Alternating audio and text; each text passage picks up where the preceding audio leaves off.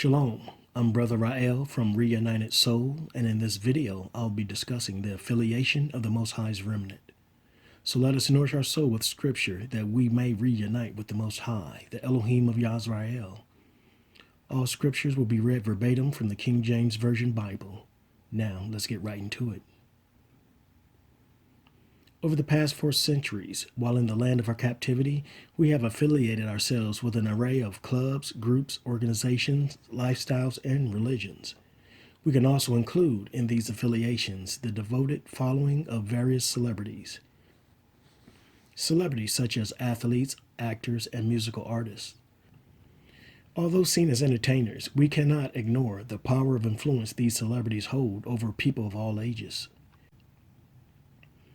I think many would agree that our people's largest affiliation is still with the religion of Christianity.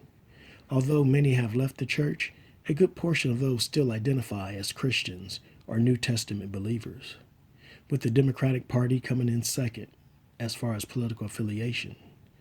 And like the church, our people are leaving the Democratic Party in large numbers as well. Like a veil being slowly lifted from our eyes, blind loyalty becomes a thing of the past in the land of our captivity. And as the veil rises, our oppressor's foundation crumbles.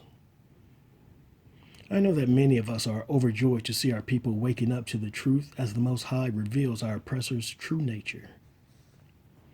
As our captivity comes to a close, our oppressor's deceptive power will fade, for their assignment is almost complete.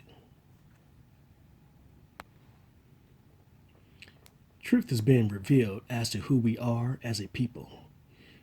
We are more aware of the schemes used against us politically, socially, and economically. We're using social media as an effective platform to inform the masses and mobilize movements. After all we've been through, I love to see my people come together in a positive way. It's a beautiful sight to behold. In the land of our captivity, we have many things that divide us as a people, many distractions that prevent us from focusing our attention on a particular issue. As a people, we pretty much want the same thing, which is fair treatment under the law. However, we're not attacking it from an advantageous position, which is united. We're bound to all these affiliations that divide us. And whenever our oppressor sees us uniting to engage him, he'll pit one affiliation against another, and the unity will crumble. Oh, we'll still engage our oppressor. It just won't be as a strong and effective unit. The divide and conquer strategy have always proven to be an effective tool. Merriam-Webster's definition of divide and conquer is to make a group of people disagree and fight one another so that they will not join together against one. Case in point, there are numerous YouTube channels effectively taking on the issues regarding our people. They're holding our elected officials and law enforcement agencies accountable by shedding light on their activities. They cover the details of the story that our corporate media refuse to cover. In other words, they keep the heat on the discussion by not allowing corporate media to bury it and move on. They do a lot of good work out there. However, the dominant affiliations of this black media movement are at odds with one another. It's unfortunate that they are falling prey to the divide and conquer strategy.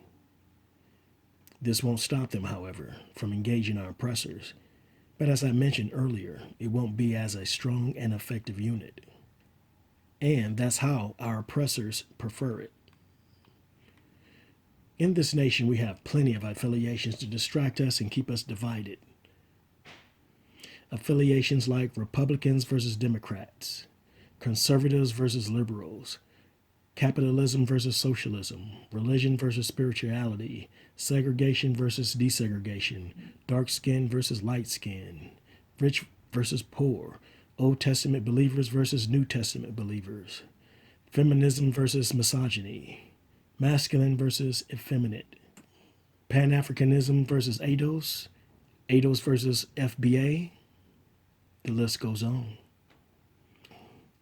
And each of these affiliations carry with it principles and ideologies that may require your financial support or leaders that may require you to defend their actions. So, what are your affiliations? Whose side are you on? Or perhaps, should I ask, what is your dominant affiliation that makes you who you are? That makes you do what you do? Have you given your affiliations serious thought? The affiliations that consume most of your free time and energy, how it manifests in your life, your discussions, how it motivates you? How does it fit in the scheme of things in the land of your captivity? Now, let's shift our attention to the affiliation that matters most, the affiliation with the Most High. As I mentioned earlier, our largest affiliation as a people is with the religion of Christianity. Since we are the Most High's people, most of us should be affiliated with the Most High, right? Not according to the Most High's word. Let me repeat that. Not according to the Most High's word. I'm sure many of you have heard of the remnant spoken of in Scripture. Remnant meaning a small part of something much larger. Remnant meaning the Most High is going to gather them because they stand apart from the rest of His people. They're obviously doing something that the rest of His people are not doing. So if Christianity is the road to salvation, and most of our people are affiliated with it, why is there only a remnant the Most High will gather, according to Jeremiah chapter 3, verses 3 through 6? And I read, "And I will gather the remnant out of my flock of all countries whither I have driven them, and will bring them again to their folds, and they shall be fruitful and increase. And I will set up shepherds over them which shall feed them, and they shall fear no more, nor be dismayed, neither shall they be lacking, saith the Lord. Behold, the days come, saith the Lord, that I will raise unto David a righteous branch, and a king shall reign and prosper, and shall execute judgment and justice in the earth. In his days Judah will be saved, and Israel shall dwell safely. And this is his name, whereby he shall be called the Lord of righteousness." As you can see in verse 4, the Most High is going to gather and make provisions for his remnant as he brings judgment and justice upon the earth. We must understand that there's nothing magical or mysterious about the remnant. They're just the Most High's people who refuse to break the first commandment, which is, "You shall have no other gods before me."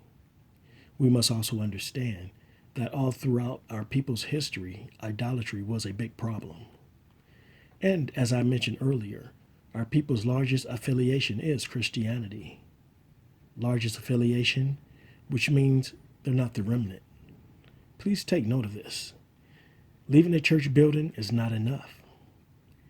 Changing the skin color and name is not going to make a difference.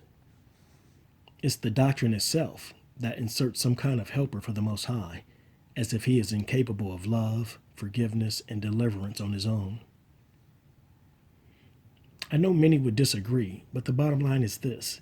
The New Testament doctrine insinuates that the Most High is limited in his abilities and needs the help from another deity to bring about salvation to his people. The Most High can do all things, all by himself, for all eternity. Many of you who embrace the New Testament doctrine already knows this. However, religion does have a way of making you throw out all logic and call it faith. So in our last captivity, the Most High is going to separate those of his people who refuse to bow to an idol. And just like Shadrach, Meshach, and Abednego in Babylonian captivity, the remnant will not bow the knee in the land of our captivity, as required in Philippians chapter 2, verses 10 through 11.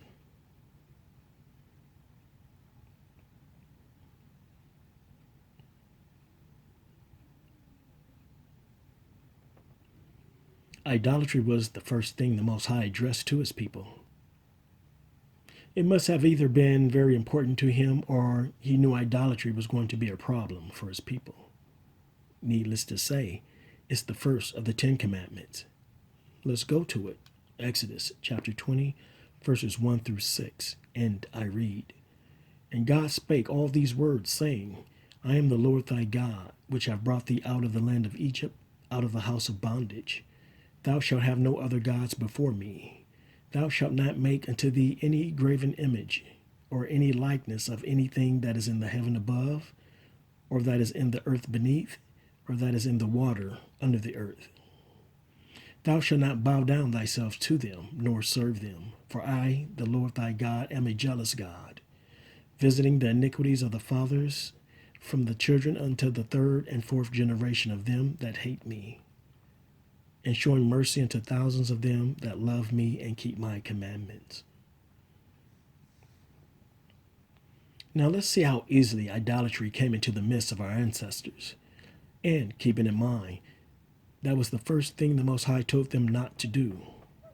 Let's take the first incident, for example. Soon after the Most High delivered them from Egypt, Moses stayed on the mountain too long. They figured he wasn't coming back, and that's all it took, according to Exodus chapter 32, verses 1 through 4, and I read. And when the people saw that Moses delayed to come down out of the mount, the people gathered themselves unto Aaron, and said unto him, Up, make us gods, which shall go before us. For as this Moses, the man that brought us up out of the land of Egypt, we wot not what is become of him. And Aaron said unto them, Break off the golden earrings, which are in the ears of your wives, of your sons, and of your daughters, and bring them unto me. And all the people brake off the golden earrings which were in their ears, and brought them unto Aaron. And he received them at their hand, and fashioned it with a graving tool, after he had made it a molten calf. And they said, These be thy gods, O Israel, which brought thee up out of the land of Egypt. Now, this wasn't generations after Egypt. No, not at all. These were the same people that witnessed with their own eyes their deliverance from bondage by the Most High. The same people that heard the Most High's voice with their own ears as he spoke to them at Mount Sinai.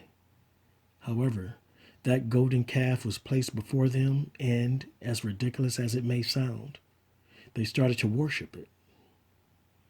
They were giving credit to an idol for something that they knew the Most High had accomplished for them, all by himself. Absolutely unbelievable. Those were our ancestors. And as the saying goes, the apple doesn't fall far from the tree. And as our people give Jesus the credit for what the Most High had done and will do.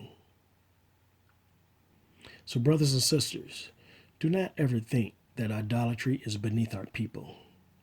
If you believe that we're the Most High's people, scattered among the heathen nations, then you must also believe that we'll be serving other gods, according to Deuteronomy chapter 28, verse 64, and I read, And the Lord shall scatter thee among all people, from one end of the earth even unto the other, and there thou shalt serve other gods, which neither thou nor thy fathers have known, even wood and stone. Although this scripture clearly tells us that we'll be serving other gods, and serving other gods, and serving other gods, and serving other gods, only the remnant will be able to connect the dots and refuse to serve and bow to these other gods in the land of our captivity. Many of us are waking up to the fact that we're the scattered children of Yisrael that this scripture speaks of, but somehow fail to grasp the serving other gods aspect of this scripture, which is the equivalence of not worshiping the Most High. Please understand, Yisrael, that you can't worship both simultaneously. Our ancestors paid a very heavy price for their idolatrous ways. They lost the land. Millions lost their lives. And let us not forget that we're currently in captivity as a result of those transgressions.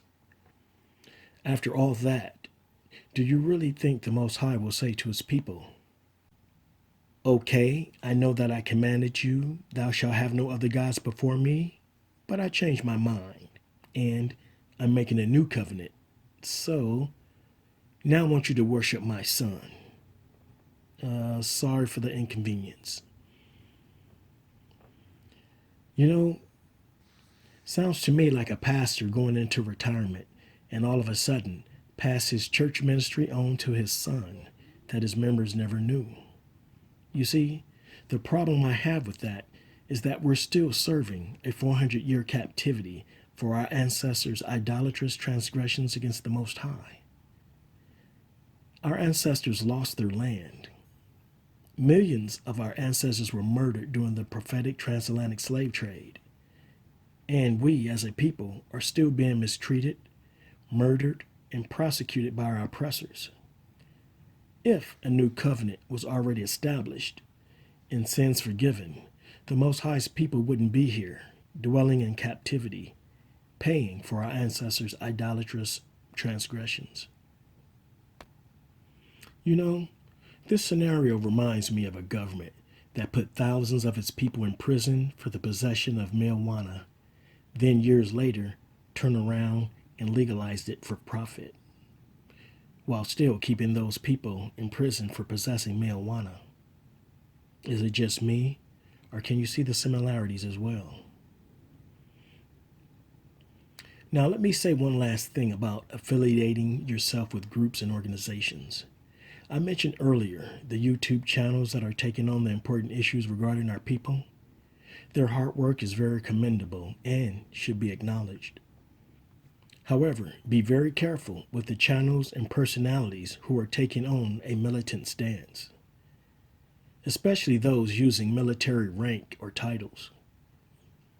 You must understand that the military is designed to serve a single purpose, and that's sending their troops to the battlefield. The stark difference between the military and a militant group is that the military spends billions of dollars preparing their troops for the battlefield.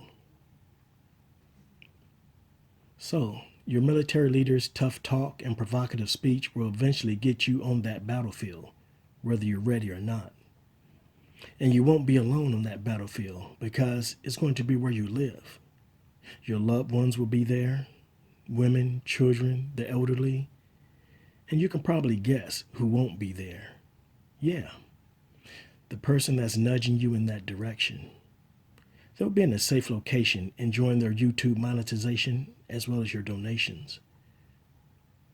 If you've never been on a battlefield or in a war zone, I suggest you stop pretending that you know what it's like.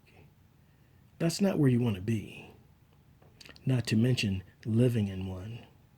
Once it starts, you can't just turn it off. And surrendering doesn't necessarily end the suffering. So, those leaders who are nudging you in that direction, if he or she hasn't been on a battlefield or war zone, then they don't have a clue what they're provoking you to do. I'm sure they haven't even calculated the aftermath. Do yourself a favor. Take a step back, think responsibly, and reconsider your affiliation. With that being said, always keep your trust in the Most High. Love Him with all your heart, with all your soul, and with all your might. See to it that your household is in line with the word of the Most High as best you can. I thank you for taking the time to watch. Again, I am Rael, your reunited soul brother, and with that, I say to you, Shalom.